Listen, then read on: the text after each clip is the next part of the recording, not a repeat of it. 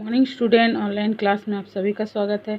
हमने पिछली कक्षा में क्लास 7 का 3rd चैप्टर हिमालय की बेटी का अध्ययन किया, जिसमें नागार्जुन जी ने कहा कि हिमालय से बूंद बूंद होकर ब्रह्मपुत्र और सिंधु नदी जब उतरती हैं तो बहुत ही चंचल होती हैं, लेकिन वह धरती पर आने पर वह बहुत ही शांत हो जाती है। और जब वो अठखेलियाँ खेलती हैं तो उनको बहुत ही अच्छा लगता है।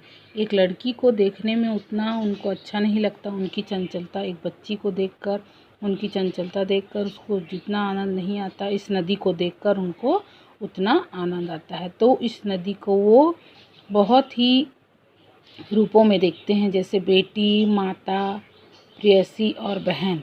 इन सब रूपों में देखकर नागार्जुन बहुत ही खुश होते हैं और उनकी चंचलता को देखकर वो विभिन्न प्रकार की बातें कहते हैं। तो इसके आगे आज हम पढ़ेंगे। काका कालेलकर ने नदियों को लोकमाता कहा है। हम सभी को पता है कि शुरू से ही कलयुग से जुगों जुगों से सभी को पता है कि जुगों जुगों से नदियों को माँ के रूप में माना जाता है, किंतु माता बनने से पहले यदि हम उन्हें बेटियों के रूप में देख ले तो क्या हर्ज है। यहाँ पर नागार्जुन जी कहते हैं कि माता के रूप में देखते तो हमेशा ही हैं, लेकिन अगर उसको हम बेटी के रूप में देखने से भी कोई आपत्ति नहीं है।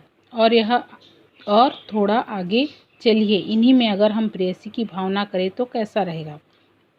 नागार्जुन जी कहते हैं कि अगर हम इनको प्रेमिका के रूप में देखें तो कैसा रहेगा। ममता का एक और भी धागा है जिसे हम अब इसके साथ जोड़ सकते हैं। बहन का स्थान कितने कवियों ने इस नदियों को दिया है। नागार्जुन जी कहते हैं कि नदियों को बहन के रूप में कितने लोगों ने दिया है। एक दिन मेरी भी ऐसी भावना हुई थी। बहन के रूप में कवि को भी भावना आई थी। तो लीड तिब्बत की बात है, मन उचट गया, तबीयत ढीली हो थी, सतलुज के किनारे जाकर बैठ गया। दोपहर का समय था, पैर लटका दिए पानी में, थोड़ी देर में उससे गतिशील जल ने असर डाला, तन और मन ताज़ा हो गया और लगा मैं गुनगुनाने। एक दिन लेखक का मन बहुत उदास था, बहुत ही तबीयत ठीक नहीं थी, तो वो नदी के किनारे जाकर पैर लटका कर बैठ गए।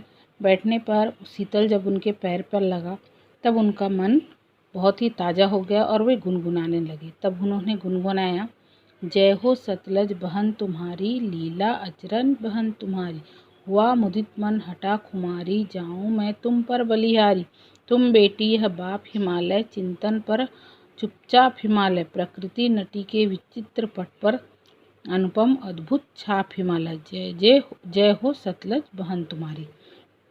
तो इस पाठ को पढ़ने पर हमको नदियों के बारे में नागार्जुन जी ने बहुत ही अच्छी बात बताई है कि हमें कितने उपकार नदी हमें देती है।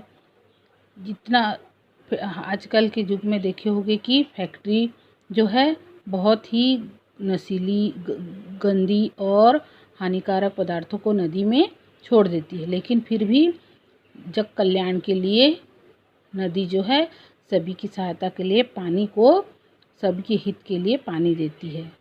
तो लोक माता के रूप में भी नदी को कहा गया है। इसके बाद हम पढ़ेंगे प्रश्न अभ्यास। पहला है, नदियों को माँ मानने की परंपरा हमारे यहाँ काफ़ी पुरानी है, लेकिन लेखक नागार्जुन उन्हें किन किन रूप में देखते हैं। उत्तर है, पुरातन समय से मान्यता है कि नदियों को लोग माँ मानते चले आ रहे हैं, लेकिन नागार्जुन उन्हें बेटी, प्रेयसी और बहन के रूप में देखा है। सेकंड नंबर है, सिंधु और ब्रह्मपुत्र की क्या विशेषता बताई गई है। सिंधु और ब्रह्मपुत्र नदियाँ, जिन्हें ऐतिहासिकता के आधार पर पुल्लिंग रूप में नद कहा गया है, जो दयालु हिमालय से पिघली हुई एक एक बूंद से बना है, इसकी विशेषताएं निम्नलिखित है। इसका रूप विशाल और विराट है। इसका रूप इतना लुभावना है कि सौभाग्यशाली समुद्र भी, पर्वतराज हिमालय भी इन नदियों बेटियों का हाथ थामने पर गर्व महसूस करता है।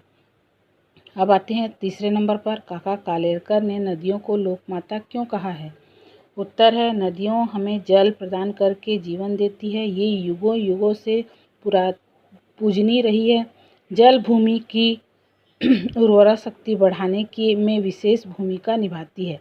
मनुष्यों से लेकर पेड़ पौधे, जीव जंतु सभी के लिए नदियाँ बहुत ही सहायक है। जल के बिना हम सब अधूरे हैं। जल के बिना कोई भी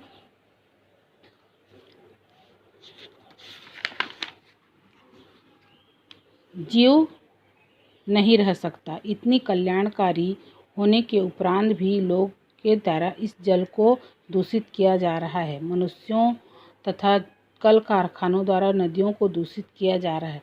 फिर भी नदी कल्याणकारी है। अपार दुख सहने करने केवल माता ही कल्याण कर सकती है। इसलिए काका कालेलकर ने नदियों को लोक माता कहा है। अब आते हैं चौथे नंबर पर। हिमालय की यात्रा में लेखक ने किन किन की प्रशंसा की है। उत्तर है, हिमालय की यात्रा में लेखक ने नदियों, झरनों, हिमालय की बर्फीली चोटियाँ, गगनचुंबी पर्वतों, विशाल मैदान, सागरों तथा महासागरों की भूरी भूरी प्रशंसा की है। ये हो गया प्रश्न उत्तर। आप इन प्रश्नों को अपने कॉपी में लिखिए।